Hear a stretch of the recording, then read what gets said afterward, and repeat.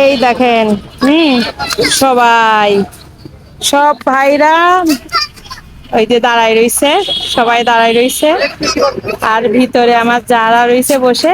আর এই যে সব আজকের একটা অদ্ভুত জিনিস লক্ষ্য করছেন, দেখেন কি টান এদের। আমি আজকে হলুদ পরাই নিয়ে আইছি, আর আমার আব্বা জানো আজকের হলুদ ড্রেস পরে আসছে। হ্যাঁ, তো এদের দেখেন কি টান, ভাই বোনের অজান্তেই কিন্তু আজকে সবাই হলুদ ড্রেস পরাই নিয়ে আসছি। আমরা এখন এই যে গাড়িতে উঠে বসলাম।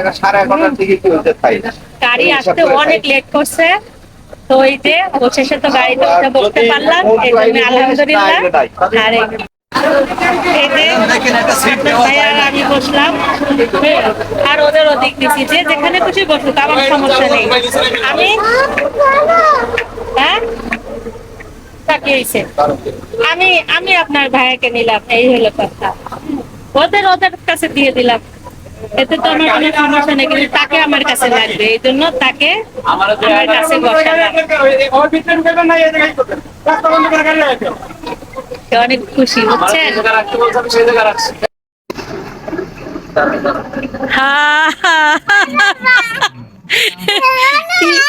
বলো না না কি পারে ওর শাশুড়ি, কি অবস্থা আমার, বলো মা। এই যে আমার মিজান ভাই। তো বাড়িতে এসেই শুরু হয়ে গেল রান্না বান্না। আর চলুন তো আজকের কি আয়োজন, এই যে সকাল সকাল খিচুড়ি খাবো আজকে আমরা। তো সকালের রান্না শেষ করে আবার দুপুরের আয়োজন শুরু করে দিলাম। আর বাড়িতে আসলে তো আমার রান্না চলতেই থাকে, এটা তো নতুন কোনো কথা না, এটা তো চলবেই, তাই না? তো এই যে আজকের রান্না, কি রান্না করব বলেন তো? এতগুলো আলু দিয়ে, আলু তো আমাদের থাকবেই, কারণ আমাদের সদস্য সংখ্যা বেশি। আর ও হ্যাঁ, যেটা বলতে গিয়েছিলাম, মাছ রান্না করব।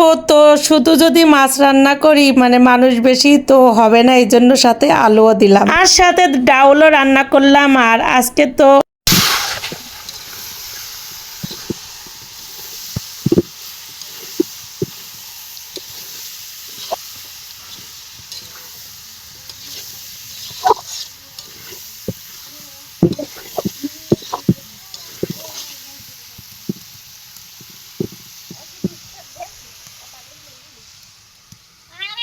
আজকে হালকা পাতলাই রান্না করব, কারণ আমরা সবেমাত্র আসছি। তো আজকে আপনার ভাইয়া বাজারে গেছে, তো বাড়ির কাছে আর কি যা যা পেলো তাই নিয়ে আসছে।